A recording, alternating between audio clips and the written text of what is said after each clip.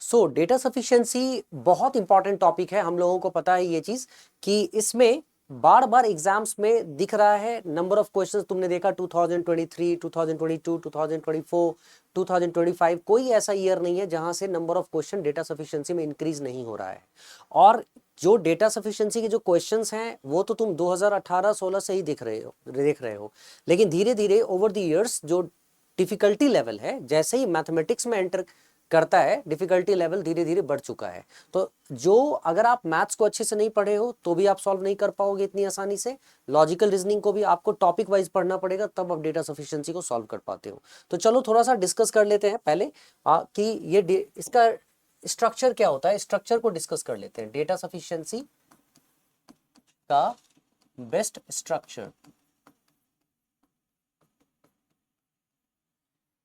ठीक है। तो पहले स्ट्रक्चर को डिस्कस कर लो। डेटा सफिशिएंसी में सिंपल सी चीज क्या होती है कि अगर तुम देखोगे ना ध्यान से, यहां पे क्वेश्चन जो बनेगा, क्वेश्चन जो बनता है सबसे पहले कैसा होता है कि यहां पे they expect you to understand the basic concept. Why? क्योंकि अगर तुम्हें क्वेश्चन दिया जाए तो उस क्वेश्चन को, जो क्वेश्चन दिया गया है, they don't want you, they don't expect you to solve that question, you only give answer whether the question can be solve using the given data और not. At I mean the statements they are providing you, whether these statements are sufficient to answer the questions or not। ये ध्यान रखना इस बात को कि यहाँ पे सिंप्लीफाई कर दें हम लोग कि यहाँ पे अगर आपको सॉल्व नहीं करना है मत करो, बस इस बात को फोकस करो कि जब भी कोई क्वेश्चन दिया गया तो क्वेश्चन दिया गया तो उस क्वेश्चन को सॉल्व किया जा सकता है कि नहीं किया जा सकता है। अगर आपको लगता है किया जा सकता है तो go with certain kind of statement. अगर नहीं किया जा सकता है तो तुम मना कर सकते हो कि हाँ स्टेटमेंट के रहने के बावजूद वो नहीं सॉल्व होगा। तो ऐसे सिचुएशन में जैसे मान लो तुमसे किसी ने पूछा, मतलब ए इज टॉलर देन बी। मैं सबसे पहले ये एग्जाम्पल बच्चों को देता हूं ताकि, क्यों ऐसा, इसलिए कि लॉजिकल रीजनिंग के क्वेश्चंस वो ज्यादा तक इजीली समझ जाते हैं। लॉजिकल रीजनिंग से अगर एसोसिएट किया जाए तो समझ जाते हैं, ठीक है। या एक काम करो, पहले अगर मान लो कि दो स्टेटमेंट्स मैं पहले देता हूं। पहला स्टेटमेंट है A is taller than B, A is taller than B. अब उसके बाद क्वेश्चंस को टैकल करेंगे हम, ठीक है। और दूसरा स्टेटमेंट है बेटा बी, एंड दूसरा स्टेटमेंट है कि B is shorter than C, shorter than C, ठीक है, शॉर्टर देन सी। और फिर तुमको इससे क्वेश्चन पूछा गया है, question is very simple and that is who is tallest. अब सवाल ये है कि हमारे पास स्टेटमेंट्स दिए गए हैं, हु इज टॉलेस्ट, हमारे पास स्टेटमेंट्स दिए गए हैं और according to these given statements, ये जो हमारे पास स्टेटमेंट्स है ना, ओहो ऊपर ही लिखा हु इज टॉलेस्ट, ये जो स्टेटमेंट्स हमको दिया गया है ना, अब सवाल ये है कि इन स्टेटमेंट्स को यूज करके can we answer this question who is tallest, ये आंसर कर सकते हैं इन स्टेटमेंट्स को यूज करके। तो अभी मैं तुम्हें पहले दिखाऊंगा कि पहले जो सवाल पूछा जाता था एग्जाम्स में वो कैसा था और अब कैसे कैसे इवॉल्व हो रहा है क्वेश्चन, ठीक है। तो हु इज टॉलेस्ट, अब इसमें क्या होता है डेटा सफिशिएंसी में, one thing we should be very clear at and that is the question is who is tallest and you have to give answer using these statements। जैसे ये तुम्हारा पहला स्टेटमेंट है, ये तुम्हारा दूसरा स्टेटमेंट है। तो अगर पहला स्टेटमेंट ने तुम्हारे आंसर को क्लियर कर दिया हु इज टॉलेस्ट, ठीक है, तो सही है, तुम कह सकते हो कि yes according to statement 1 we can give answer। अगर स्टेटमेंट 2 ने क्लियर कर दिया कि हाँ हु इज टॉलेस्ट, तो इसमें भी तुम कह सकते हो स्टेटमेंट 2 कैन गिव और आंसर। अच्छा, ऐसा भी हो सकता है कि दोनों स्टेटमेंट आंसर दे सकते हैं। तो यहाँ पे, या कई बार ऐसा होता है कि दोनों स्टेटमेंट मिलके भी आंसर नहीं दे सकते। तो यहाँ पे जो ऑप्शंस उठता है ना, ऐसे ऑप्शन आता है। पहला ऑप्शन ऐसे आता है कि statement 1 is sufficient, statement 1 is sufficient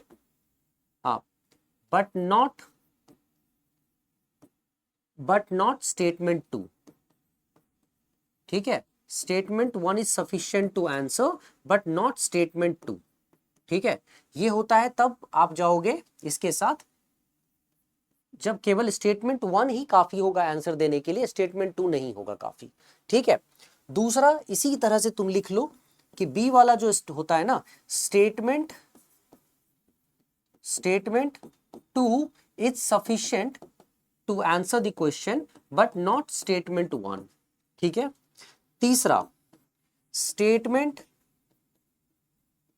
1 and statement 2 both required to answer the question। ठीक है, statement 2 both required to answer the question, required to answer the question। ठीक है, ये 3 हुआ। मैं 2 और लिखूंगा, लेकिन तुम्हारे एग्जाम में केवल 4 ही तरह का ऑप्शन आता है, तो वो डिपेंड करता है किस तरह के क्वेश्चंस हैं उस पे। ठीक है, दूसरा होता है either of the statement, either statement 1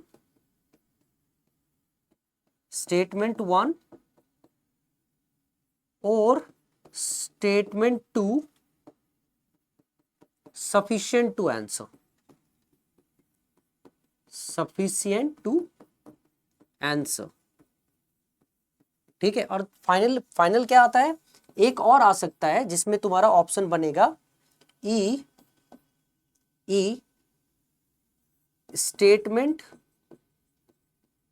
1 and statement 2 together not sufficient to answer, together not sufficient to answer. समझ गए ना बात को?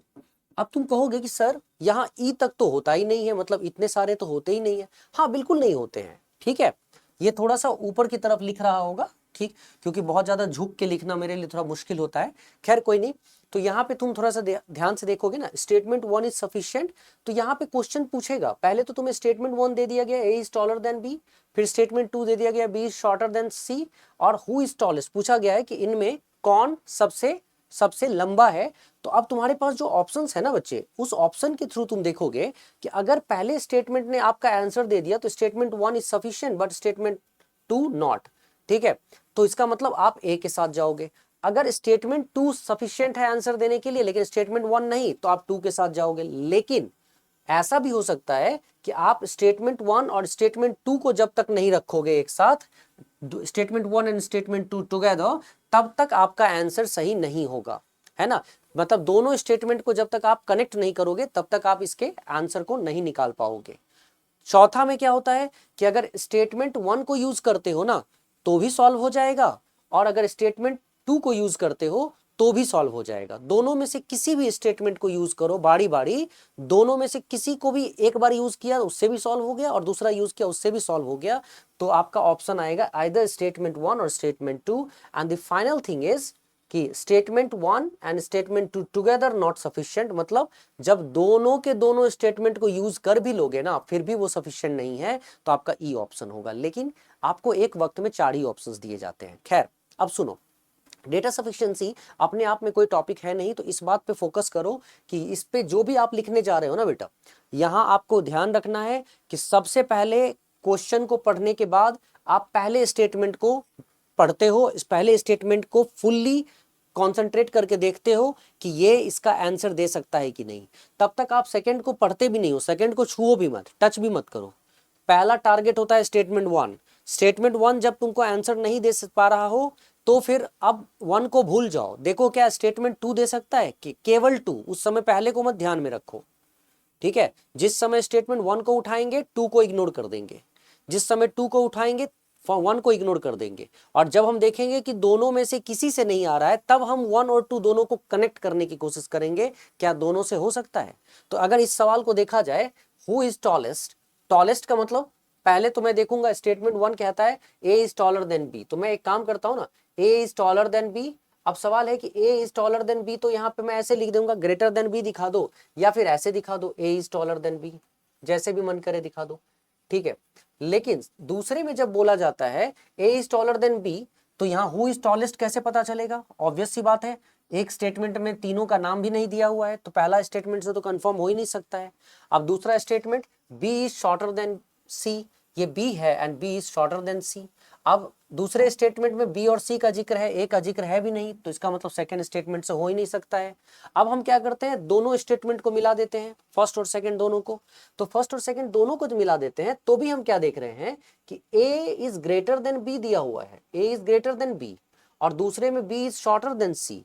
तो बी का रिलेशन जो है ना, बी का रिलेशन तो दोनों कंडीशन में सेम है, ये B is shorter then C। तो अब सवाल ये है कि B is shorter then C, तो C कहां है? A और C के बीच का रिलेशन क्लियर नहीं हुआ ना। दोनों कंडीशन में क्या है, A is greater then B means A is taller then B and B is shorter then C। तो यहां C भी B से ऊपर है और A भी B से ऊपर है, तो A और C का तो रिलेशन पता ही नहीं चला। तो A और C का रिलेशन नहीं पता चल रहा है, इसीलिए हम दोनों के दोनों को अगर यूज कर भी लेते हैं, both the statements, if we use both the statements together, even then we can not answer this question. और ऐसे सिचुएशन में तुम्हारा जो आंसर होता है, statement 1 and statement 2 together not sufficient to answer the question. ठीक है ना? अच्छा, अगर इसी क्वेश्चन में हु इज टॉलेस्ट के जगह पे अगर किसी ने पूछा होता हु इज टॉलेस्ट के जगह पे who is shortest, who is shortest, तो इस कंडीशन में आप बहुत इजीली जवाब दे देते। हु इज शॉर्टेस्ट में आपको पता है कि बी ए से भी छोटा दिख रहा है, पहले स्टेटमेंट के according B is shorter than A, that means A is taller than B. तो ए अगर टॉलर है तो B is shorter than A, तो पहले स्टेटमेंट में बी शॉर्टर है और दूसरे स्टेटमेंट में भी बी शॉर्टर है, तो कंफर्म हो गया कि बी शॉर्टेस्ट है। तो सबसे छोटा है बी, ये तो कंफर्म हो रहा है, लेकिन ए और सी का रिलेशन नहीं पता है, इस वजह से हम ये नहीं कह सकते हैं टॉलेस्ट कौन है। तो अगर ये तुमसे पूछा जाएगा हु इज शॉर्टेस्ट, तो उस सिचुएशन में हम क्या करेंगे, हम कहेंगे statement 1 and statement 2 both required to answer the question, तब तुम सी आंसर करोगे। ठीक है, तो पहला वाला जो क्वेश्चन था उसमें हमारा आंसर क्या था, ई, और दूसरा मतलब हु इज टॉलेस्ट, उसमें हमारा आंसर था E, because answer can not be given, answer can not be obtained. लेकिन दूसरा वाला जो है who is shortest, yes we will go with the option C. ठीक है ना? चलो आगे बढ़ते हैं, अब हम लोग मूव करते हैं। तो अब नेक्स्ट जैसे क्वेश्चंस, यहां अब जो हम लोग जा रहे हैं सीधा क्वेश्चन को हिट करने जा रहे हैं। जो तुम्हें मैंने दिया ना, सारे क्वेश्चंस को उठाते हैं, और ये क्वेश्चंस मैंने तुम्हें चूज करके दिए हैं, सारे पीवाईक्यू प्रीवियस ईयर क्वेश्चन से उठाए गए क्वेश्चंस हैं, और ये तुम्हें सीसैट सीडीएस इन सब में आए हुए क्वेश्चंस में से हैं, तो तुम्हें मजा भी आएगा करने में। ठीक है, देखो मतलब एक तरह से सारे के सारे सीसैट पीवाईक्यू मान के चलो, इसीलिए तुम्हें मजा भी आएगा करने में। Let's do one by one CSAT PYQ. ठीक है बेटा,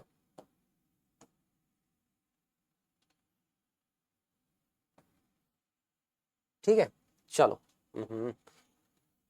चलो अब देखो, ध्यान से देखना। Consider two statements S1 and S2 followed by a question.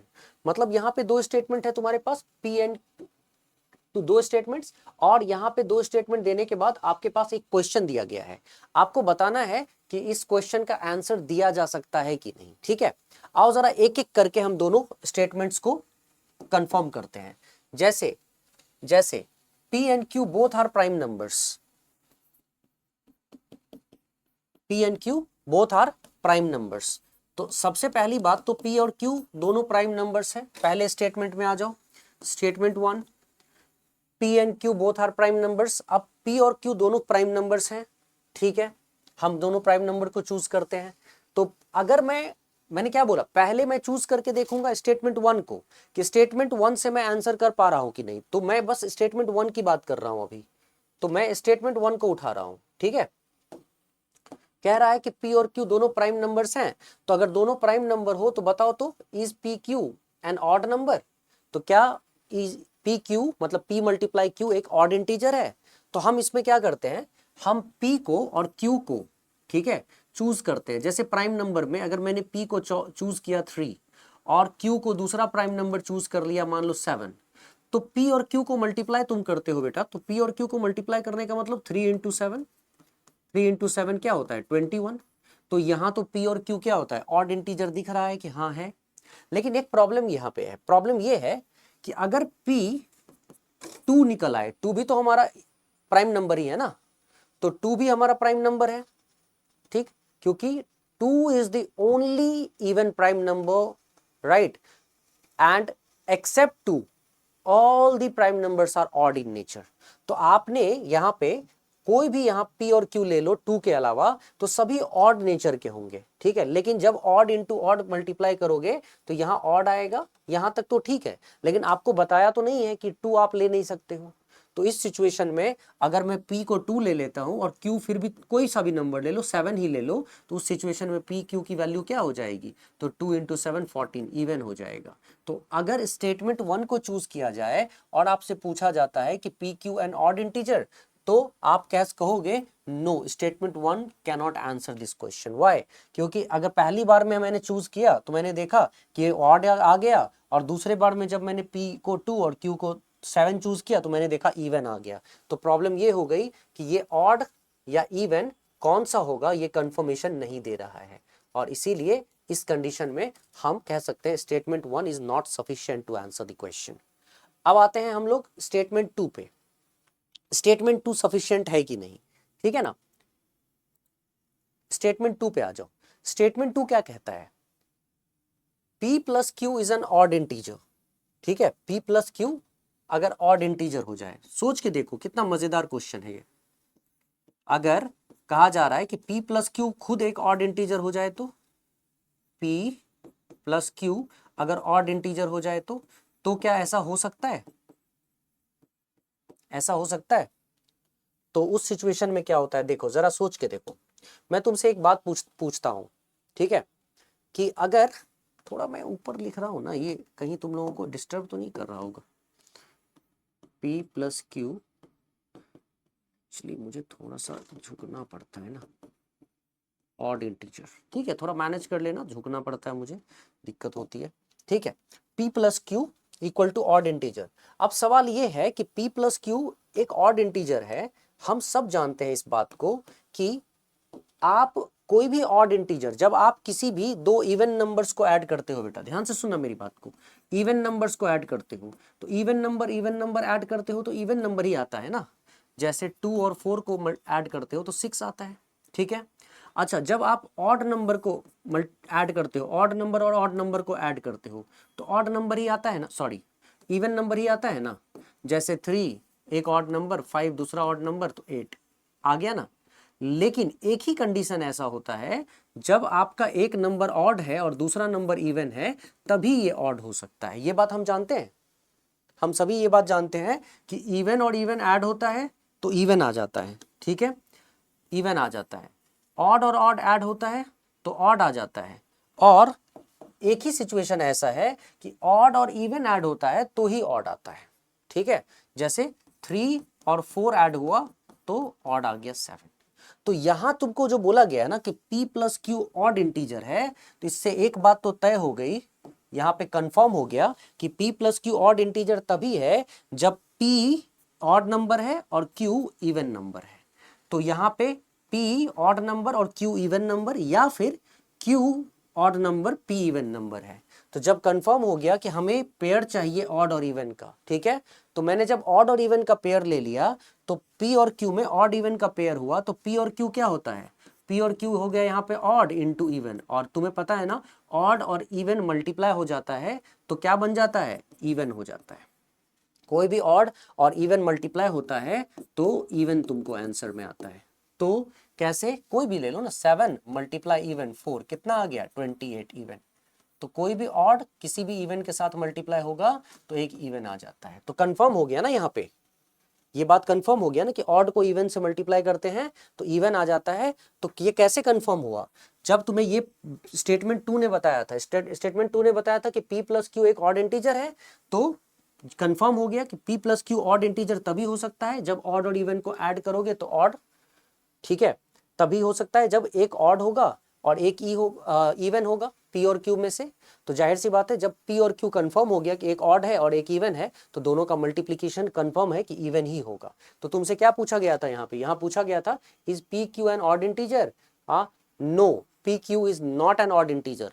कैसे पता चला? स्टेटमेंट 2 से पता चल गया। तो स्टेटमेंट 2 से पता चल गया कि it is not an odd integer, इसका मतलब स्टेटमेंट 2 करेक्ट है हमारे लिए।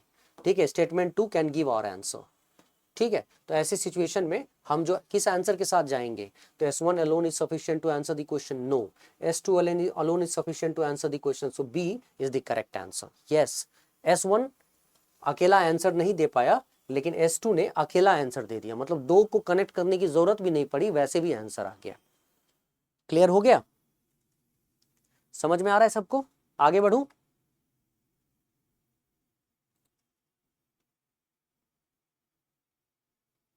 ओके, चलो बेटा आगे बढ़ते हैं हम लोग। Let's move.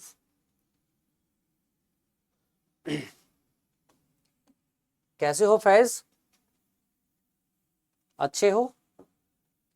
ठीक है, ये वाला क्वेश्चन देखो बच्चे, जितने भी ये क्वेश्चंस है ना PYQs में उठाए गए हैं, CSAT और CDS के PYQs कर लोगे ना, तो समझो कि बहुत हद तक तुम्हारा वहां पे क्वेश्चन सॉल्व हो जाएगा। अगर मान लो 7-8 क्वेश्चन आता है ना डेटा सफिशिएंसी से, तो 5 क्वेश्चन तक करना बहुत ही इजी रहेगा।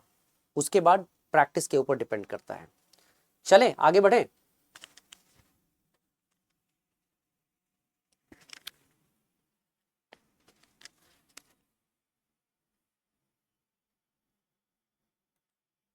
हाँ गंगेश, क्या बोल रहे हो?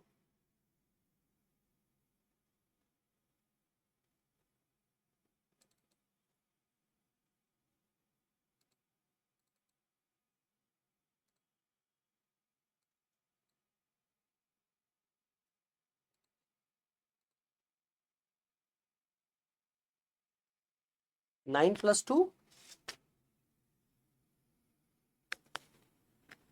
क्या 9+2? हाँ बिल्कुल, 9+2 भी तो ऑड देगा। मैं तो कह ही रहा हूं कि 9+2 कुछ भी ले लो, कोई फर्क नहीं पड़ता है ना। बिल्कुल सही कह रहे हो, 9+2 ही ले लो। तो 9+2 अगर ऑड दे रहा है, वही तो कह रहा है कि 9+2 अगर ऑड दे रहा है, 11 है ना, तो 9+2 11, इसका मतलब ये ऑड दे रहा है। तो तुमने समझ लिया ना कि इसका मतलब हुआ कि एक P है जो ऑड है और दूसरा Q है जो इवन है। तो जब P और Q तुमको कंफर्म हो गया कि एक ऑड है एक इवन है, तो दोनों का मल्टीप्लिकेशन, तुमको ये भी तो पता है कि एक ऑड का और एक इवन का मल्टीप्लिकेशन इवन ही होता है। तो तुमसे यही तो पूछा गया है कि पी क्यू ऑड है कि इवन है, ये बता दो कि ऑड होगा कि इवन। तो तुमने बता दिया कि ऑड है। बोथ नहीं, बोथ स्टेटमेंट नहीं है, बिल्कुल करेक्ट है जो हम लोगों ने किया है। This is correct answer. ठीक है, बोथ नहीं, सेकंड वाला ही करेक्ट होगा बेटा। ठीक है, आवाज क्लियर है ना? किसी को आवाज में दिक्कत तो नहीं हो रही है? चलो ये वाला क्वेश्चन एक बार देख लो जल्दी से, फटाफट एक बार देखो तो इसको कैसे करोगे। See the question and try. फिर इसको बताता हूं मैं।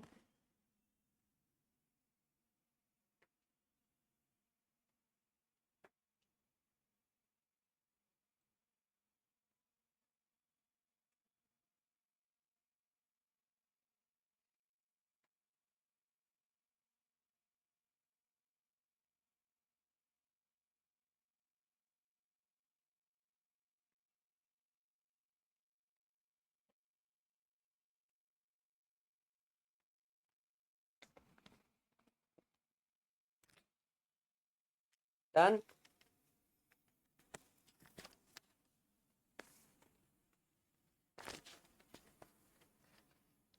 Three statements S1, S2 and S3 are given below followed by a question.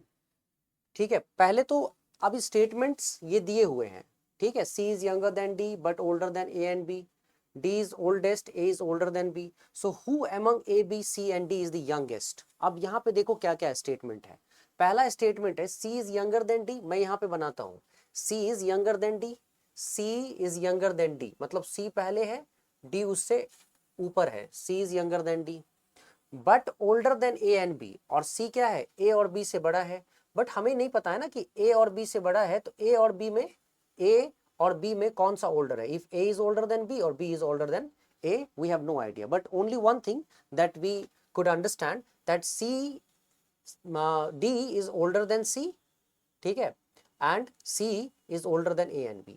तो यहां से क्या आप आंसर कर सकते हो, who amongst A, B, C and D is the youngest? No, A, B and C is the youngest? No। ये अगर कोई पूछता कि ओल्डेस्ट कौन है, yes, D is oldest, that is confirmed, but youngest we cannot say। चलो अब दूसरा में, so S1 cannot answer your question। अच्छा, D is the oldest, D is the oldest, तो यहां अगर बोला गया है कि D is the oldest, उससे क्या फर्क पड़ता है, यंगेस्ट कैसे बताएंगे, ये तो ऑलरेडी यहां भी पता चल रहा था D is oldest, यंगर बताना मुश्किल है, बट स्टेटमेंट 2 का कोई मतलब ही नहीं बनता है, लेकिन A is older than B, so A is older than B का मतलब क्या हो गया, A is older than B। अगर मैंने पहले स्टेटमेंट को उठाया C is younger than D, C is younger than D, and last statement A is older than B and C is younger than D but older than A or B, A and B, sorry, C is younger than D and older than A and B, and the last statement is A is older than B, A is older than B, that means if I am going with statement 1 and statement 3, दोनों के साथ अगर मैं जाऊं इसके और इसके साथ, तो हम इस क्वेश्चन का इजीली आंसर कर सकते हैं that B is the youngest।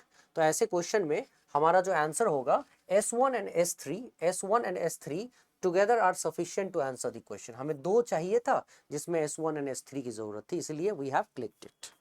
ठीक है, चलो आसान क्वेश्चन था, धीरे धीरे ये सब एग्जाम्स में आए हुए क्वेश्चंस हैं, अपने मन से मैं नहीं दे रहा हूँ। और देखना ये बेसिक क्वेश्चंस हैं, I have tackled basic question. सबसे पहला वाला क्वेश्चन अच्छा वाला क्वेश्चन था, उसमें बच्चे गलतियां करते हैं, ठीक है। पहला वाला अच्छा क्वेश्चन है, काफी गलतियां करते हैं बच्चे उसमें, लेकिन उसके बाद ये क्वेश्चन इजी था। चलो इसको फटाफट करके दिखाओ, स्पीड अप जल्दी से।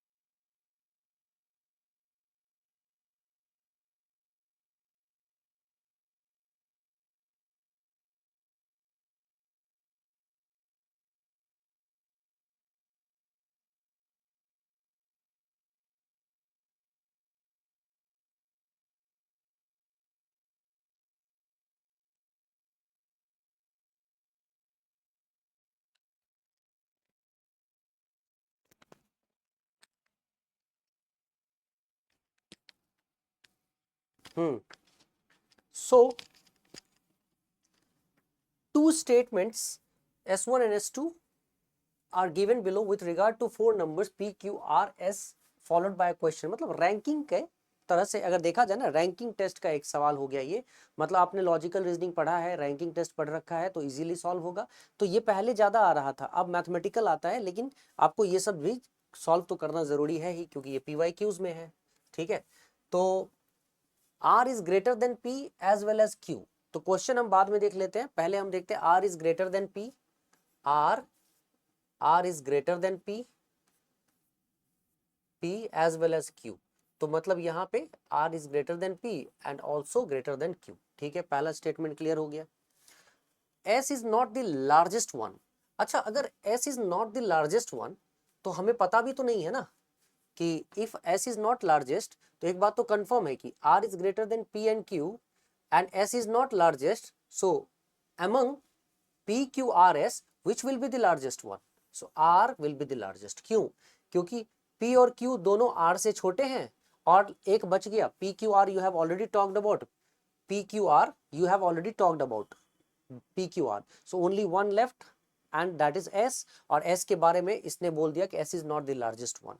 तो ये भी तो कंफर्म हो गया ना कि एस सबसे बड़ा नहीं है, तो बचा कौन, आर ही था जो सबसे बड़ा बन सकता है। तो यहाँ जो क्वेश्चन आया है ना, ये क्वेश्चन आया है among four numbers P Q R and S which one is the largest. तो ऑब्वियसली अगर मैं S1 और S2 दोनों को उठा दूं, यहां से निकाल लूं, दोनों स्टेटमेंट को रखूं एक साथ, तो हम आराम से बोल सकते हैं कि R is the largest one. तो यहाँ पे हमें चाहिए था S1 and S2 together are sufficient to answer the question, so C is the correct answer, बिल्कुल सही है। ठीक है, चलो ये क्वेश्चंस मुश्किल नहीं थे, आसान आसान क्वेश्चंस थे। ये भी देखो, ये सब क्वेश्चंस आया हुआ है एग्जाम में, सब ये जितने भी क्वेश्चन देख रहे हो ना, सी set P Y Q.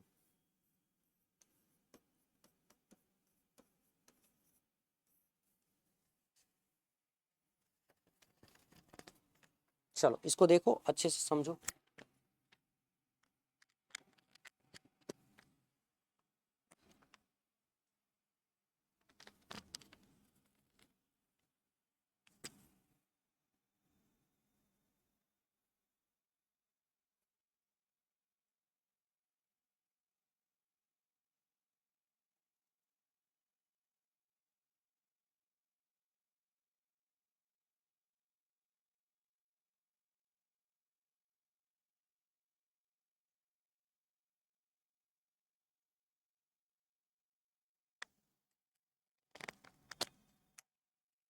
Okay,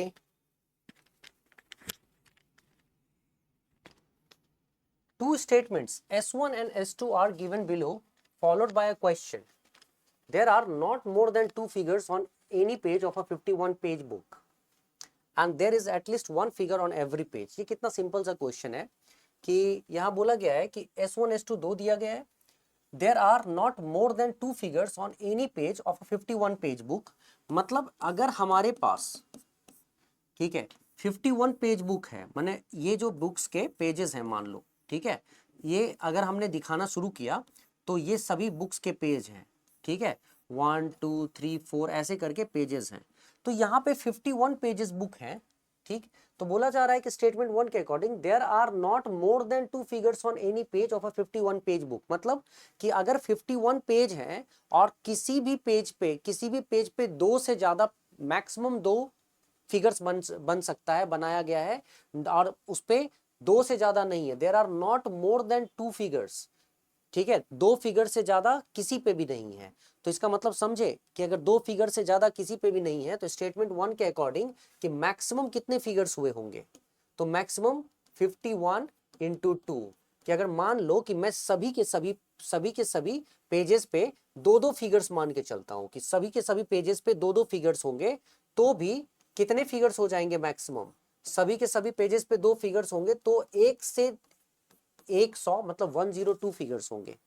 हर पेज पे दो फिगर, दो फिगर से ज्यादा रख नहीं सकते हो, तो मान के चलो कि हर एक पेज पे दो फिगर ही है, तो भी कितना मैक्सिमम फिगर कितना हो जाएगा, 102 फिगर्स हो जाएगा। This is one thing. Second thing is there is at least one figure on every page, और ये बोला गया है कि हर एक पेज पे कम से कम एक फिगर तो है ही। कम से कम का मतलब हुआ कि एक फिगर भी हो सकता है और दो फिगर भी हो सकता है पेजेस पे, लेकिन एक से कम नहीं। तो मान लो कि अगर हर एक पेज पे एक ही फिगर भी होता, ठीक है, एक ही फिगर होता, तो कितने फिगर्स होते, 51 फिगर्स होते। तो पहले स्टेटमेंट के according there are not more than two figures on any page of a 51 page book. अब जहां पे क्वेश्चन पूछा गया है are there more than 100 figures in that book, बोला गया है कि कंफर्म करो, बताओ कि उस बुक में 100 फिगर से ज्यादा होगा, कंफर्म बताने के लिए बोला गया है। तो हम कभी नहीं बता सकते हैं, क्यों, क्योंकि ये बोला गया there are not more than two figures. तो हमने माना कि अगर दो दो फिगर सारे के सारे पेजेस पे होंगे तब 102 होंगे, लेकिन कंफर्म तो है नहीं ना कि सारे पेजेस पे दो दो फिगर्स हैं। तो जब ये कंफर्म नहीं है कि सारे के सारे पेजेस पे दो दो फिगर हैं, तो ये कंफर्म कर पाना कि 100 फिगर्स को ये क्रॉस कर रहा है, not possible, it is not possible, ठीक है, ये कंफर्म नहीं किया जा सकता है, ठीक है। तो इसीलिए स्टेटमेंट 1 से आंसर कर पाना इज नॉट पॉसिबल। तो statement 1 is not sufficient to answer, ठीक है। और उसी तरह there is at least one figure, obvious सी बात है कि अगर एटलीस्ट वन फिगर बोला गया है तो या तो 51 सबसे छोटा नंबर 51 हुआ, या 102 फिगर्स तक तुम मान के चलो। तो ऑब्वियस सी बात है इस केवल स्टेटमेंट 2 को उठाया जाए तो हम कुछ बता नहीं सकते हैं। केवल स्टेटमेंट 2 की बात करें तो एटलीस्ट वन फिगर का मतलब वन फिगर भी हो सकता है, टू फिगर भी हो सकता है, 3 भी, 4 भी, 5 भी। अगर हम स्टेटमेंट 1 की बात कर ही नहीं रहे हैं, केवल हम स्टेटमेंट 2 की बात कर रहे हैं, तो 1 फिगर, 2 फिगर, 3 फिगर कुछ भी हो सकता है ना। लेकिन इससे भी हमें पता नहीं चल रहा है। अब जब हम दोनों को कनेक्ट भी कर देते हैं तो भी क्या पता चल रहा है, आपको तो कंफर्म ही नहीं है ना कि आखिर में कितने पेज पे कितने फिगर्स हैं। तो 51 से लेकर 102 के बीच कुछ भी हो सकता है, इसीलिए there are more than 100 figures in that book.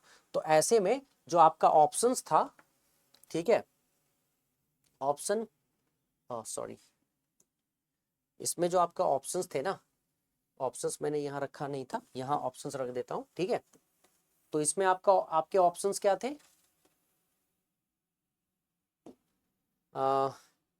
both S1 and S2 are sufficient to answer the question, but neither S1 nor S2 alone. S1 alone is sufficient to answer, S1 S2 together are not sufficient, मतलब C is the correct answer. S1 and S2 together are not sufficient to answer the question. That's it. ठीक है, मतलब दोनों अगर उठा के रख भी लिया जाए तो भी आप आंसर नहीं कर पाओगे। क्लियर? ठीक है, ये बहुत ही सिंपल सा क्वेश्चन होता है।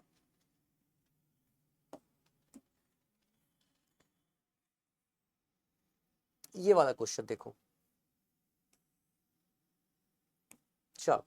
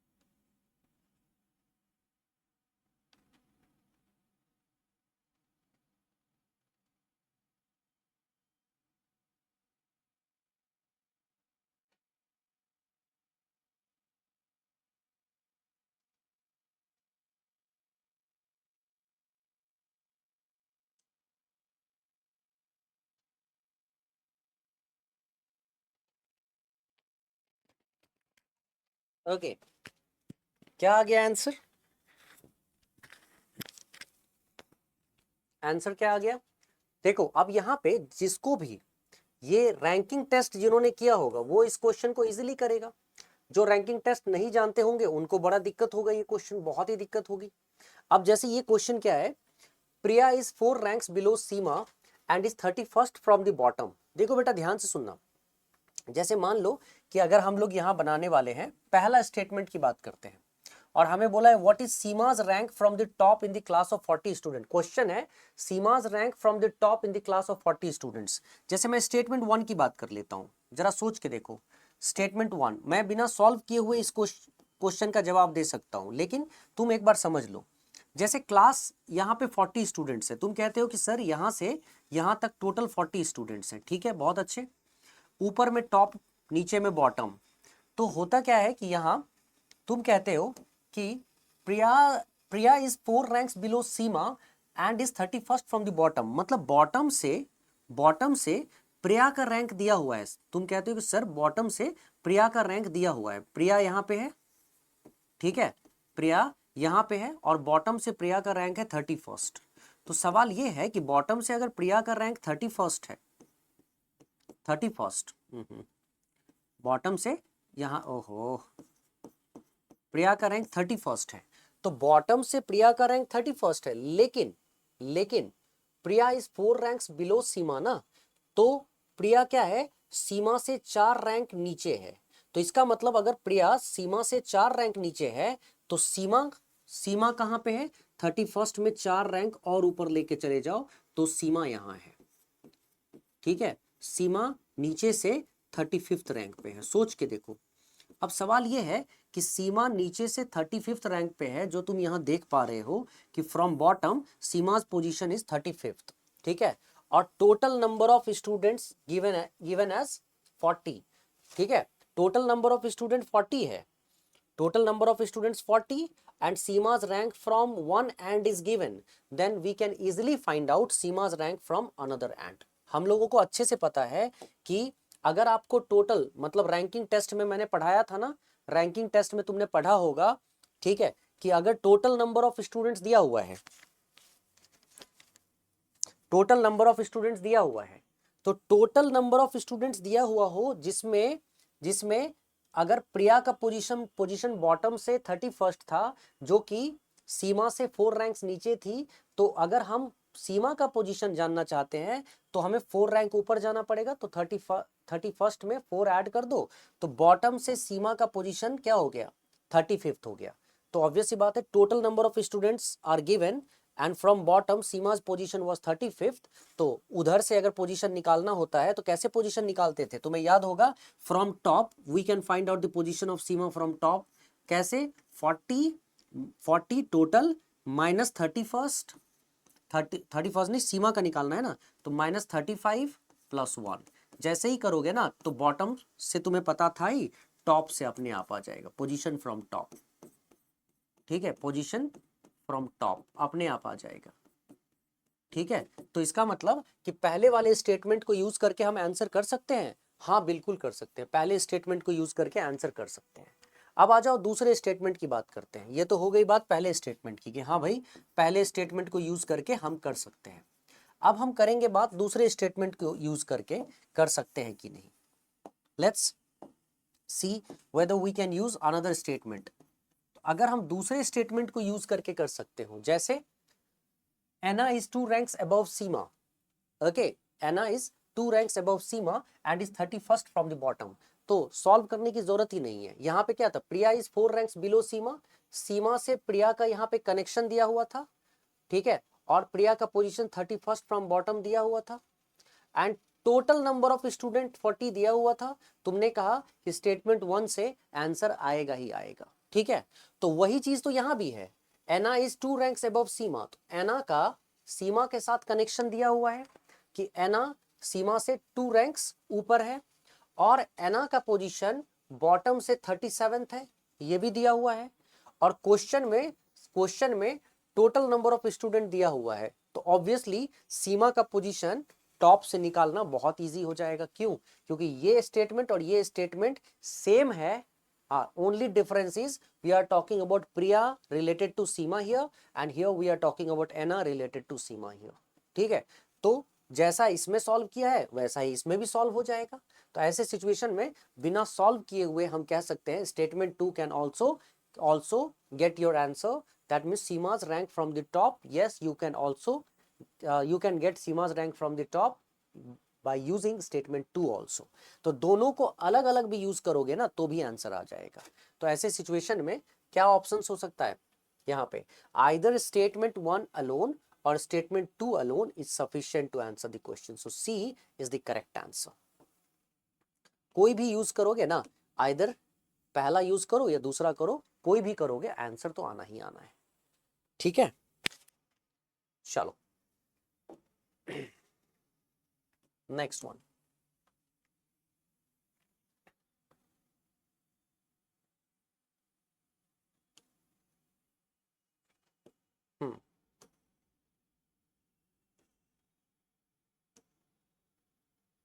ये तो आसान है, each of A and D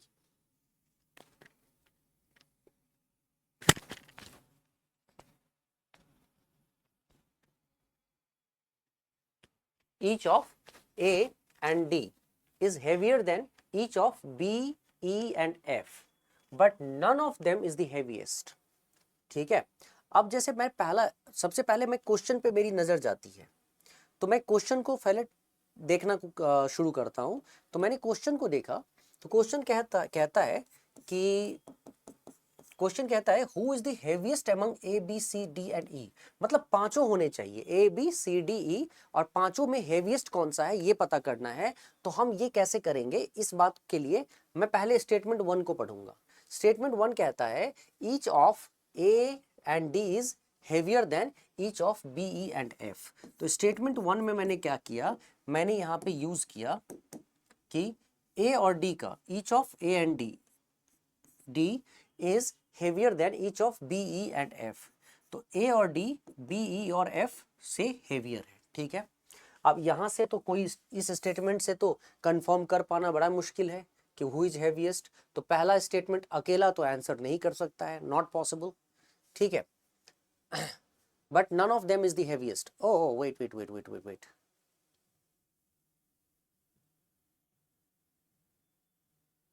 wait wait, oh sorry sorry sorry, ये लास्ट लाइन मैंने नहीं पढ़ा था बेटा, आई एम रियली सॉरी। हाँ, each of A and D is heavier than each of B E and F, but none of them is the heaviest. तो ये तो क्लियर हो गया यहीं पे कि यहाँ पे each of A and D, each of A and D is heavier than B E and F. A और डी दोनों बी ई और एफ से हेवियर है, ये बात कंफर्म है, but none of them is the heaviest. लेकिन इनमें से कोई भी ऐसा नहीं है जो हेवीएस्ट है, इनमें से कोई ऐसा नहीं है जो हेवीएस्ट है। तो इसका मतलब एक ऐसा और है, ठीक है, एक ऐसा और है पर्सन जो हेवीएस्ट होगा, और वो कौन होगा, जब जिसका नाम यहाँ पे नहीं लिया गया है। ठीक है, तो इसका मतलब किसका नाम नहीं लिया गया है, जिसका नाम यहाँ पे लिया गया है सी के तौर पे। ठीक है, इसका मतलब who is heaviest among A B and C, तो C is heaviest among A B and C, और ये स्टेटमेंट 1 से क्लियर हो रहा है। क्यों, वैसे तो ये बड़ा मुश्किल क्वेश्चन होता है क्योंकि आपने सी का नाम कुछ बताया ही नहीं गया, सी को यहाँ इंट्रोड्यूस किया ही नहीं गया है, उल्टा एक ऐसा ही एफ को यहाँ पे एफ के बारे में बता दिया गया है। बट ठीक है ना, उससे कोई फर्क नहीं पड़ता है, नहीं भी बताया गया है तो यहाँ पे ये तो कहा गया ना कि each of A and D is heavier than each of B and F. तो बी ई एफ को क्लियर कर दिया गया कि बी ई एफ से हेवियर है ए एंड डी, लेकिन ये भी क्लियर कर दिया गया कि ए एंड डी में से कोई हेवीएस्ट नहीं है। तो यहाँ पे but none of them is the heaviest. तो जाहिर सी बात है, जैसे ही इंट्रोडक्शन आएगा who is heaviest among A B C D and E, अच्छा यहाँ एफ भी होता तो भी, तो चूंकि A B D E F से A D B E F से हेवियर है और ए डी हेवीएस्ट नहीं है, तो तीसरा एक ही बच पाता है सी, जो यहाँ हेवीएस्ट होगा, जो स्टेटमेंट 1 से क्लियर हो रहा है। तो statement 1 can answer your question, no problem. ठीक है, स्टेटमेंट 2 में जाने की जरूरत ही नहीं थी। ठीक है, तो ये कंफर्म हो गया कि सी हेवीएस्ट है। अच्छा, statement 2, A is heavier than D, A is heavier than D but is lighter than C। अब यहाँ पे कुछ बोलने की जरूरत ही नहीं है, मतलब अब कोई कहता है ना कि सर अगर इनको और इनको दोनों को मैच करा दे तब तो और आसान हो जाता है। यहाँ पे ये क्लैरिटी आ जाएगी कि बी ई एफ से हेवियर है ए डी, और ए डी में भी बता दिया गया है कि A is heavier than D, तो इसका मतलब बट लाइटर देन सी, इसका मतलब कि सी क्या है, A is heavier than D but it is lighter than C। तो यहाँ पे A इज हेवियर देन, तुम ध्यान से सुनोगे ना तो तुम्हें समझ में आएगा। इस स्टेटमेंट के तहत A is heavier than D, यहाँ पे A तो हेवियर है D से, A हेवियर है D से बट लाइटर देन C, यहाँ कंफर्म हो जाता है कि लाइटर देन C। और यहाँ अगर मैंने दूसरा स्टेटमेंट से केवल दूसरा स्टेटमेंट अगर देखा तब तो ये कंफर्म कर पाना A is heavier than D but lighter than C, इसमें केवल ए सी और डी आता है।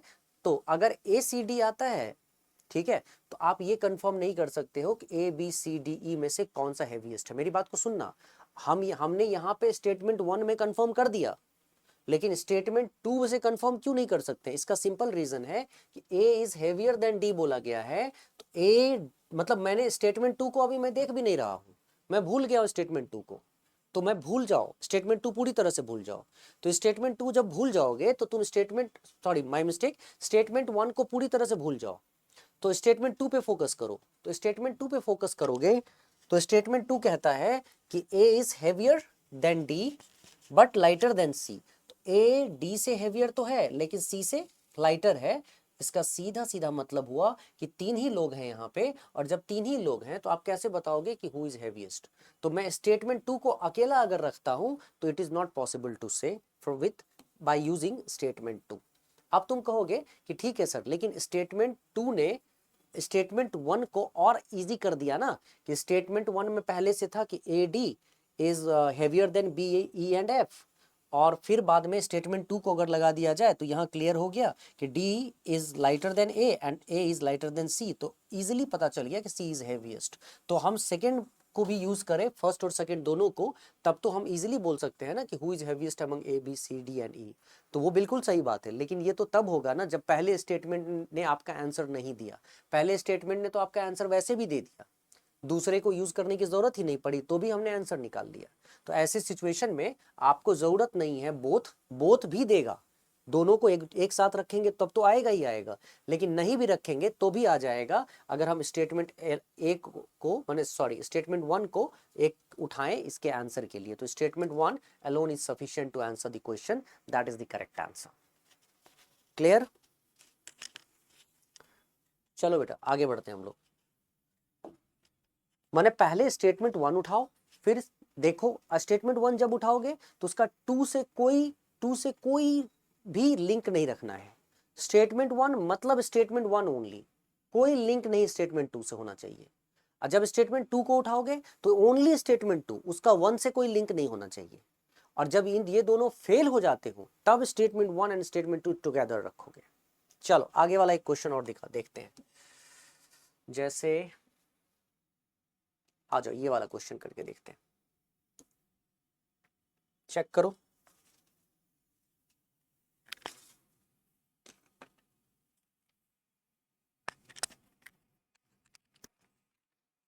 देखो तो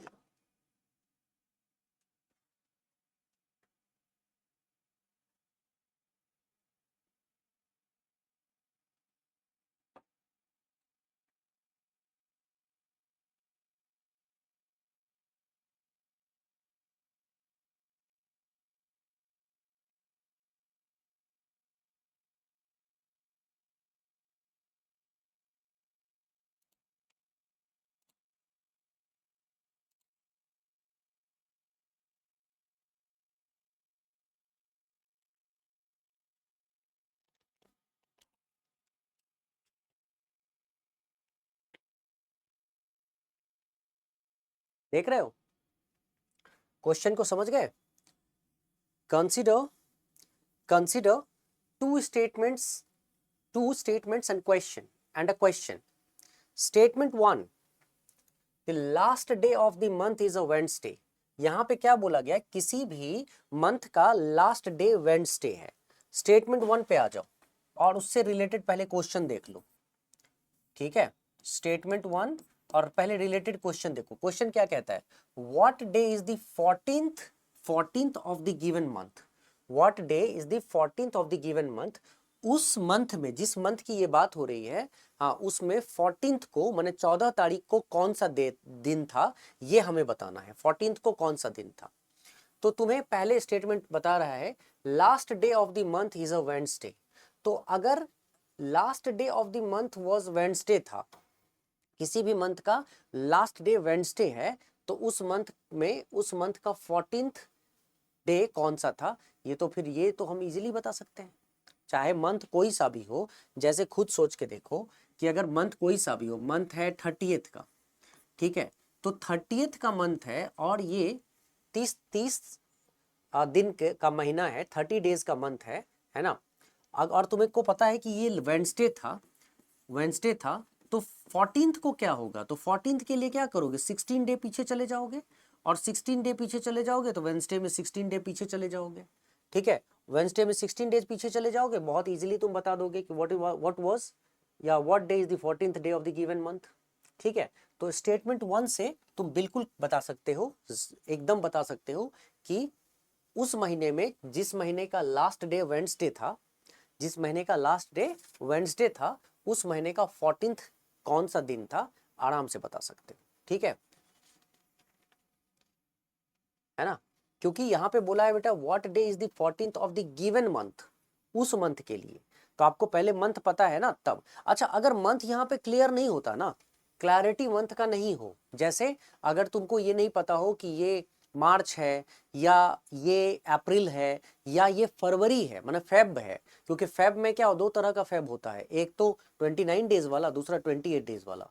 मार्च होता है 31 डेज का, अप्रैल होता है 30 डेज का। तो ये क्लैरिटी नहीं होगा ना, तब तो वेग हो जाएगा, तब तो फंस जाओगे।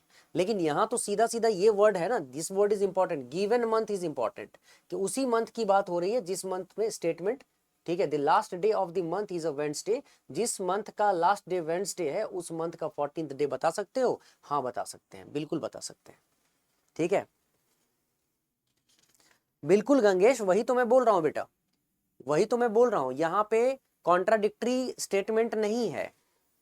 इसी बात को लेकर मैंने भी इस बात को वो किया ना यहाँ, कि जरूर बच्चे ये सोचते हैं, ये पूछते हैं, बच्चे मुझसे कई बार पूछ चुके हैं, अगर कहीं इसका आंसर अगर तुमको उल्टा भी दिखे ना, तो कभी उस आंसर के साथ मत जाना, खुद से सोच के देखो कि यहाँ बोला गया है व्हाट डे, मतलब खाली यूपीएससी के आंसर पे बिलीव करना। यहाँ पे कभी कई बार क्या होता है, फंस जाओगे नहीं तो। What day is the 14th of the given month, मतलब गिवन मंथ कौन सा, जिस मंथ की बात हो रही है, जिस मंथ की बात हो रही है उसमें पूछा जा रहा है what day is 14th of the given month. ये गिवन मंथ अगर की बात होगी तो last day of the month is a Wednesday, अगर उस मंथ का लास्ट डे वेडनेसडे होगा, last day of the month is Wednesday, तब हम यहाँ पे क्या करेंगे कि हम कह सकते हैं कि हाँ होगा। अच्छा, लेकिन थोड़ा सा ये क्वेश्चन मैं खुद भी अपनी तरफ से तुम्हें कहना चाहूंगा, ये क्वेश्चन थोड़ा सा वेग है, मतलब इसके वर्ड्स बिल्कुल क्लियर होने चाहिए थे, है ना। यहां भी वो लिखना चाहिए था गिवन मंथ, तो हमारे लिए कनेक्ट करना बहुत इजी होता, नहीं तो ये एक प्रॉब्लम जरूर क्रिएट करता है कि आखिर ये जो मंथ है ये फरवरी 28 दिन का है, फेब 29 डेज का फेब है, कि 30 डेज का कोई मंथ है या 31 डेज का कोई मंथ है। जब तक कि ये क्लैरिटी नहीं होगी तब तक कैसे बता पाएंगे कि 14th उस मंथ का क्या होगा। लेकिन अगर हम इस वर्ड पे फोकस करें, what day is the 14th of the given month, हम उसी मंथ की बात कर रहे हैं, कहा जिस मंथ के बारे में हमें पता है, तो उस सिचुएशन में the last day of the month is a Wednesday, मतलब उस मंथ का लास्ट डे अगर वेडनेसडे है तो उसी मंथ का 14th निकाल पाना बहुत इजी है। तो मैं इस गिवन वर्ड को यहाँ पे प्राइम फोकस करके स्टेटमेंट 1 को सही कर रहा हूं, ठीक है, स्टेटमेंट 1 को। और अगर इसमें यूपीएससी ने कैसे लिया है इसको देखने की जरूरत है, तो उसके बाद ठीक है यूपीएससी का आंसर हो सकता है ऐसा भी हो जो तुम कह रहे हो, लेकिन अगर मुझे कहोगे तो मैं कहूंगा इसके साथ जाने के लिए। तो ये एक वेग क्वेश्चन है, ठीक है, मुझे भी पर्सनली ऐसा फील होता है कि ये एक वेग क्वेश्चन है, अगर ऐसा होना नहीं चाहिए था, बट फिर भी तुम आंसर के साथ वहां पे जाओ, ऐसा नहीं है कि छोड़ो मत, अपने आंसर के साथ जाओ, क्योंकि इसमें कुछ क्लैरिटी नहीं है। ठीक है, ठीक है, the third Saturday of the month was the 17th day, बिल्कुल ये भी बिल्कुल सही है, the third Saturday of the month was the 17th day. तो कोई भी किसी को भी अगर ये पता चल जाए कि third Saturday of the month, जिस मंथ का थर्ड सैटरडे 17th डे है, तो उसका 14th क्या होगा, तो सैटरडे से 3 दिन पहले कर लोगे, तो स्टेटमेंट 2 तो कंफर्म है ही ना कि होगा ही होगा। देखो स्टेटमेंट 2 तो किसी भी हाल में कंफर्म है कि होगा ही होगा। अब सवाल है कि स्टेटमेंट 1 को उठाना है कि नहीं उठाना है, इट्स थोड़ा सा डायलेमेटिक होता है। तो मैं अगर होता एग्जाम में तो मैं दोनों स्टेटमेंट को उठाता, ठीक है, मैं दोनों स्टेटमेंट को उठाता, लेकिन कई बार कई जगहों पे तुम देखोगे कि उन्होंने कहा है कि चूंकि यहाँ पे क्लैरिटी नहीं है तो ये हम नहीं कह सकते हैं कि हम कौन सा डे उठाएंगे। इसमें मैं भी पहले इस तरह का मैं ऐसा ऐसा एक्सप्लेनेशन दे चुका हूँ, ठीक है, मैंने भी यही एक्सप्लेनेशन दिया था, लेकिन बाद में मैंने रियलाइज किया कि ऐसा एक्सप्लेनेशन क्यों, जबकि यहाँ पे तो बोला गया 14th of the given month, ठीक है, तो जब गिवन मंथ की बात होगी इसका मतलब उस मंथ के बारे में हम जानते हैं, और अगर हम जानते हैं तो और इससे हमको इससे कनेक्ट करना हो तो इसका आंसर बिल्कुल होना चाहिए बोथ स्टेटमेंट्स 1 एंड 2। ठीक है, दोनों सही हैं। लेकिन अब सवाल ये उठता है कि दोनों दिया गया है ऑप्शन में। ठीक है, अब यहाँ पे एक बहुत अच्छी बात होती है जहां तुमको तुमको एक फायदा मिलेगा, एक लेवरेज मिलेगा। हाँ, कि मुझे जाना है दोनों के साथ। हाँ, मेरा मेरा मन है दोनों के साथ जाने का, कि ये भी स्टेटमेंट और ये भी स्टेटमेंट दोनों को अलग अलग इस्तेमाल करेंगे तो आंसर आएगा। क्या ऑप्शन में है? तो इस ऑप्शन कहता है statement 1 alone is sufficient to answer the question. ठीक है, statement 2 alone sufficient to answer the question. ठीक है, both statement 1 and 2 are required to answer the question. ठीक है, both statement 2 and 1 required to answer the question. कोई जरूरी नहीं है, स्टेटमेंट 2 तो वैसे भी आंसर दे सकता है, और neither statement 1 not statement 2 sufficient to answer the question. अब यहाँ पे क्लैरिटी आ गई। क्लैरिटी इस बात की आ गई कि हम तो उठा रहे हैं दोनों को, हाँ, लेकिन ऑप्शन में ऐसा है ही नहीं, कोई ऑप्शन ऐसा नहीं है आइदर 1 स्टेटमेंट 1 और 2 sufficient to answer the question. तो इसका मतलब यूपीएससी ने इसको ऐसे माना है, यूपीएससी ने इसको यहाँ पे अननोन मंथ माना है, इस मंथ को इससे कनेक्ट नहीं किया है। हाँ,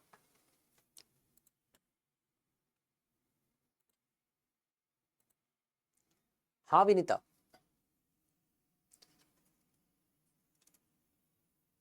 हाँ विनीता बोलो, सुन रहा हूँ। सर वो बाय मिस्टेक हो गया। अच्छा अच्छा, समझ में आ रहा है ना सब कुछ, कोई दिक्कत नहीं ना? जी सर, जी सर। Okay, great great. ठीक है, ठीक है, तो यहाँ पे इसका मतलब समझे कंगेश, सभी बच्चे, ईशा, सभी समझ रहे हो इसको? यहाँ पे क्लैरिटी आ गया इस बात से, अगर यहाँ पे होता आइदर स्टेटमेंट 1 और statement 2 both are sufficient to answer the questions, तब हम फंस जाते, है ना। लेकिन यहाँ पे यूपीएससी ने हमें फंसने नहीं दिया। यूपीएससी ने माना है कि ये गिवन मंथ और ये वाला मंथ में कोई रिलेशन नहीं है, तो ऐसे सिचुएशन में कंफर्म हो गया कि स्टेटमेंट 1 आपका आंसर नहीं दे सकता है। ठीक है, और 28, 29, 30 और 31 कितने डेज का मंथ है ये कई फेब है कि ये मार्च है कि ये अप्रैल है, 31 डेज का, 30 डेज का, 28 डेज का नहीं पता है, तो 14th आप उस मंथ का 14th नहीं निकाल सकते हो। तो इसमें स्टेटमेंट 1 को काट दो, स्टेटमेंट 2 के साथ चले जाओ। ठीक है, अब मैंने इस ऑप्शन को अभी काफी दिनों के बाद ये क्वेश्चन मैं देख रहा हूँ, मैं लास्ट टाइम जब पढ़ाया था उसके बाद से शायद लास्ट ईयर भी नहीं देखा था, तो मुझे अभी याद आ गया कि हाँ, इस चीज में मैं अगर मुझे जाना होगा तो मैं दोनों के साथ जाऊंगा गिवन वर्ड के कारण, लेकिन चूंकि ऑप्शन ही नहीं है तो यूपीएससी ने क्लैरिटी आपके सामने रख दी है, तो सीधा सीधा आपको क्या बताना है कि सेकंड स्टेटमेंट कंफर्म है कि third Saturday of the month was 17th day, तो B is the correct answer. Why? Statement 2 alone is sufficient to answer the question but not statement 1। ठीक है, तो तुम्हारे सामने क्लैरिटी आ गई। देखा, एक चीज तुमने नोटिस किया, तुमने एक चीज नोटिस किया ना कि यूपीएससी ने तुम्हारे सामने क्वेश्चन रखा रखा तो जरूर, लेकिन यहाँ पे बड़ा सही तरीके से रखा, कि नहीं तो ये वेग क्वेश्चन बन सकता था अगर दोनों ऑप्शन होता तो, मतलब मेरे लिए तो कम से कम ऐसा ऐसा ही मैं मान के चलता हूँ। ठीक है, चलो एक और क्वेश्चन करते हैं बच्चे।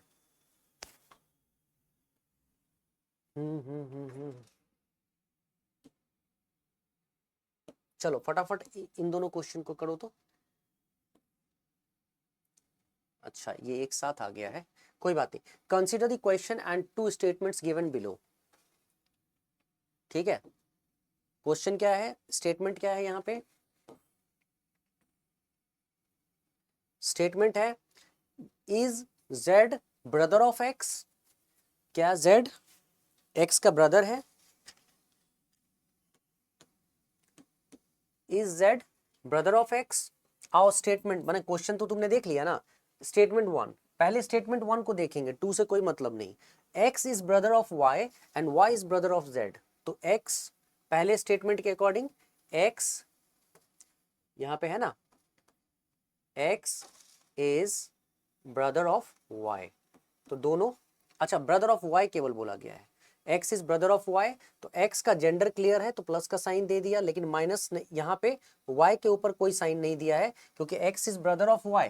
लेकिन जब दूसरे सेंटेंस में आया y is brother of z, तब अब y के ऊपर भी साइन देंगे हम, y is brother of z, but z के ऊपर कोई साइन नहीं देंगे क्योंकि x is brother of y and y is brother of z बोला गया है। तो x और y मेल है, ये बात कंफर्म हो गया, बट z के बारे में यहाँ पे आइडेंटिटी सॉरी जेंडर क्लियर नहीं है कि y मेल है कि फीमेल है, माने z सॉरी y कह रहा हूँ, z मेल है कि फीमेल है ये क्लियर नहीं है। तो z सिस्टर भी हो सकती है, z ब्रदर भी हो सकता है। चलो, तो इससे is z brother of x, क्या z x का ब्रदर है ये बता पाओगे? तो यहाँ जेंडर तो क्लियर है ही नहीं, तो स्टेटमेंट 1 से नहीं बता सकते हो तुम, you can not answer this question using statement 1। चलो अब दूसरा देखते हैं, स्टेटमेंट 1 भूल जाओ, statement 2, x y and z are siblings. तो x y and z are siblings कहकर, ठीक है, x y and z siblings कहकर तो आप कुछ भी नहीं पता कर सकते हो। मतलब अगर यहाँ पे भी देखोगे ना x y z तीनों तो सिबलिंग्स है ही ना, लेकिन इस सिबलिंग्स में मेल कौन है फीमेल कौन है कौन बता पा रहा है? ठीक है, तो आप सेकंड वाला तो बिल्कुल नहीं बता सकता है, ठीक है, खाली सिबलिंग कह देने से z ब्रदर है कि नहीं ये बता पाना बहुत मुश्किल है। लेकिन अगर हम स्टेटमेंट 1 और स्टेटमेंट 2 दोनों को भी कनेक्ट कर दे, जैसे पहले स्टेटमेंट से x y का ब्रदर है तो y x का ब्रदर है, और ये दोनों ब्रदर हैं z के, यहाँ जेंडर क्लियर नहीं है। दूसरे स्टेटमेंट में x y z सिबलिंग्स हैं, तो सिबलिंग्स का मतलब तो यही तीनों हो गए ना, x y z तीनों भाई बहन हैं। लेकिन फिर भी दोनों स्टेटमेंट को एक साथ उठा भी लिया तो भी z का जेंडर क्लियर नहीं है। तो जब z का जेंडर क्लियर है ही नहीं, तो आप दोनों स्टेटमेंट को मिला भी दोगे तो भी कहाँ आंसर कर पाओगे? ठीक है, तो कहाँ बता पाओगे कि z ब्रदर है x का कि सिस्टर है? तो z ब्रदर है कि सिस्टर है ये बता पाना पॉसिबल नहीं है अगर दोनों हम ऑप्शन उठा भी लेते हैं। तो both statement 1 and statement 2 are not sufficient to answer the question. Together भी उठा लेते हो ना तो you can not get the answer to this question. ये बड़ा इजी सा क्वेश्चन था। ठीक है, आ जाओ एक और क्वेश्चन करते हैं। मुझे लगता है तुम लोग समझ पा रहे होगे, अच्छे से चीजें हो रही होंगी। चलो बेटा, अब ये वाला एक क्वेश्चन करो, ये भी क्वेश्चन आया था एग्जाम में, मजेदार है, पहले पढ़ लो इसको फटाफट।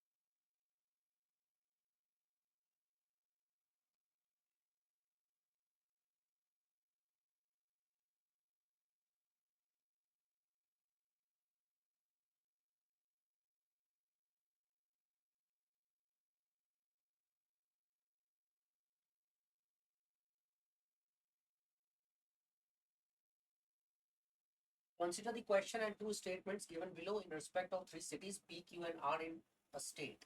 ठीक है, इसका आंसर कैसे निकालोगे? यहाँ बोला गया है how far is city P from city Q। ये बड़ा ही सिंपल सा क्वेश्चन है। तुमको बोला गया है कि सिटी P का सिटी Q से क्या डिस्टेंस है, कितनी दूरी है, कैसे बताओगे? तो जरा मान के चलो कि हम यहाँ इसको दिखाना चाहते हैं, तो एक बार मैं यहाँ पे ऐसे बना लेता हूँ। ठीक है, सोच के देखो, जैसे पहले स्टेटमेंट से, पहला स्टेटमेंट बोलता है city Q is 18 kilometre from city R। मैं यहाँ पे रखता हूँ सिटी Q को, ठीक है, ये सिटी Q रख लो और ये सिटी R रख लो, और city Q is 18 kilometre from city R। अब city Q is 18 kilometre from city R, इससे यहाँ तो P का कोई जिक्र भी नहीं है, मतलब P के बारे में तो कुछ बोला भी नहीं गया। तो जब P के बारे में कुछ नहीं बोला गया ना, तो स्टेटमेंट 1 का कोई मतलब ही नहीं है ना। जब P के बारे में कुछ बोला ही नहीं गया है तो स्टेटमेंट 1 का कोई मतलब ही नहीं है, क्योंकि यहाँ Q और R की बात हो रही है। और तुम्हें क्वेश्चन क्या पूछा गया था, how far is city P from city Q। तो सिटी P सिटी Q से कितना दूर है, तो पहला स्टेटमेंट तो वैसे भी किसी काम का नहीं। ठीक है, तुम्हें सुनाई दे रहा था मैंने माइक रख दिया था थोड़ा सा दूर, आज गलती से माइक चार्ज करना ही भूल गया, इसलिए बार बार थोड़ा हैम्पर हो रहा है। हाँ, तो हाउ फार इज, यहाँ पे क्वेश्चन है ना, consider the two statements given below in respect of 3 cities P Q and R, how far is city P from city Q. तो स्टेटमेंट 1 में है city Q is 18 kilometre from city R, 18 kilometre from city R. तो यहाँ पे Q और R बनाया हमने और 18 किलोमीटर लगाया। इसका मतलब ये है पहले स्टेटमेंट में तो Q और R की बात हो रही है और क्वेश्चन पूछा जा रहा है how far is city P from city Q। तो जब स्टेटमेंट में Q और R की बात हो रही है और हमें बताना है P और Q का, ऑब्वियस सी बात है स्टेटमेंट 1 किसी काम का नहीं है। ठीक है, अब दूसरा स्टेटमेंट पे आ जाते हैं। City P is 43 kilometre from city R। अब देखो तो city P 43 kilometre from city R, तो यहाँ P का रिलेशन R के साथ है, यहाँ Q का रिलेशन R के साथ है। तो P यहाँ पे था नहीं, तुमने बोला स्टेटमेंट 1 किसी काम का नहीं है। अब तुम यहाँ पे देख रहे हो P का रिलेशन R के साथ है और क्वेश्चन तुम्हें निकालना है P और Q के बीच, तो स्टेटमेंट 2 भी किसी काम का नहीं है। अब जब स्टेटमेंट 1 में Q और R का रिलेशन है, निकालना था P और Q का, तो तुमने रिजेक्ट कर दिया। अब स्टेटमेंट 2 में P और R का रिलेशन है और निकालना था P और Q का, तुमने रिजेक्ट कर दिया। तो अब क्या बचा, स्टेटमेंट 1 भी रिजेक्ट, स्टेटमेंट 2 भी रिजेक्ट। अब दोनों को कनेक्ट करके देखते हैं। जब हमने कनेक्ट किया तो हमने देखा सिटी Q 18 किलोमीटर तो तुमने दिखा दिया। अब city P is 43 kilometre from city R। City R से सिटी P का 43 किलोमीटर डिस्टेंस है, माने अगर ये सिटी R है तो हम या तो सिटी R यहाँ पे है ना, तो हम सिटी P को यहाँ रख दे, यहाँ कर दे, ठीक है। और अगर मैं ये सिटी P को यहाँ रख दूं और मैं बोलूं कि यहाँ से यहाँ तक का डिस्टेंस 43 किलोमीटर का है, यहाँ से यहाँ तक का डिस्टेंस 43 किलोमीटर का है, या तो सिटी P इस तरफ आ जाए R से तो 43 किलोमीटर, लेकिन हमें पता तो नहीं है ना, हमको बोला गया कि R से 43 किलोमीटर डिस्टेंस पे है, ठीक है। तो उस सिचुएशन में P और Q का डिस्टेंस क्या होगा, 43 प्लस 18, ठीक है। तब यहाँ पे 43 और 18 हो जाएगा P Q का डिस्टेंस। लेकिन प्रॉब्लम ये है कि R से P तक का डिस्टेंस इधर भी हो सकता है और नहीं तो R से P तक का डिस्टेंस तो ये भी हो सकता है ना कि P यहाँ पे हो, R इस तरफ हो और P आपका यहाँ पे हो। उस सिचुएशन में ये पूरा का पूरा डिस्टेंस 43 किलोमीटर का R से यहाँ तक होगा और उस सिचुएशन में P और Q का जो डिस्टेंस होगा ये क्या होगा, टोटल 43 माइनस 18। समझ में बात आ रही है। तो अब सवाल ये है कि ना तो हमें ये Q और R के बीच का तो पता है, लेकिन ये हमें नहीं पता है कि R के इस तरफ P रखना है या R के उस तरफ P रखना है। इसीलिए यहाँ दोनों स्टेटमेंट को मिला देने पर भी आप ये नहीं बता सकते हैं how far is city P from city Q। So answer to the question is both statement 1 and statement 2 are not sufficient to answer the question, so D is the correct answer। ठीक है बच्चे, clear ना, ठीक है। तो मैं एक काम करता हूँ, आज का सेशन यहीं पे रोकता हूँ, है ना, कि कल थोड़ा सा बच्चों को और टाइम देता हूँ मैं, क्योंकि इसमें हेवी क्वेश्चंस और भी होंगे। तो ये टॉप 500 सीरीज का मान के चलो, जो ये 30 क्वेश्चंस है ना, ये टॉप 500 सीरीज का डेटा सफिशिएंसी का मेन पार्ट है, ठीक है। तो तुम डेटा सफिशिएंसी पहले इसको कर लो, इसको कंप्लीट करने के बाद मैं और भी क्वेश्चंस उठा सकता हूँ डेटा सफिशिएंसी के, जो और एग्जाम्स में आते रहे हैं, जैसे सीडीएस में, या और भी फ्रेम कर सकता हूँ नया क्वेश्चन जो या कैट वैट में आया हुआ है, जो कि हमारे एग्जाम पॉइंट ऑफ व्यू से इंपॉर्टेंट है। तो ये सब तो अभी बेसिक क्वेश्चन कर रहे हो, इसके बाद थोड़ा मैथमेटिकल फॉर्मेशन आएगा क्वेश्चन में, मैथमेटिकली कैसे जैसे फॉर्मेटिंग किया गया है क्वेश्चन का, क्रिएट किया गया है, उसको भी हम लोगों को अब देखना है। तो कल के सेशन में हम फिर से इसके आगे वाला जो डेटा सफिशिएंसी का पार्ट होगा उसको कवर करेंगे। तब तक के लिए आज यहीं पे रहने दो, और पूरा आंसर, गंगेश पूरा आंसर को एक साथ लिखते चले जाना बेटा, और उसको हम आंसर एक साथ उसका की बना के और फॉरवर्ड कर देंगे सभी को, ठीक है ना। चलो, और सभी बच्चों को बोलो शेयर करने के लिए, ठीक है, क्योंकि ये ऑलरेडी ये जो क्लास है ये हमारी इंपॉर्टेंट क्लास है। तो शेयर करो बच्चों को, सभी ज़्यादा से ज़्यादा बच्चों को शेयर करो, ताकि वो चैनल को भी सब्सक्राइब करेंगे यूट्यूब को, ठीक है। और आगे फाउंडेशन जो होता है ना, 2027 का फाउंडेशन शुरू हो रहा है, 2027 का निर्भीक 4.0 के नाम से, जो कि सीसैट के लिए तो होगा ही, साथ ही साथ जो सीडीएस की तैयारी करेंगे, सीएपीएफ, एफकैट, जो भी, कई बार बच्चे पूछते हैं सर एसएससी भी हो जाएगा, बिल्कुल एसएससी भी हो जाएगा इसी से, आईपी मैट जैसा एग्जाम हो जाएगा, सीयूईटी जो बच्चे पढ़ते हैं 12th उससे हो जाएगा, उनका भी हो जाएगा। तो कुमार मैथमेटिक्स ये आपको क्वांट्स, एलआर, मैथ्स और इंग्लिश, इन सब के लिए आपको कहीं और नहीं जाना है। अगर मैं हूं यहाँ पे तो I will take care of your any kind of examination, केवल यूपीएससी सीसैट ही नहीं, कोई भी आप जिस एग्जाम में एप्टीट्यूड है वहां मैं हूं। ठीक है, चलो बच्चे, thank you so much, take care, bye bye, see you and जय हिंद।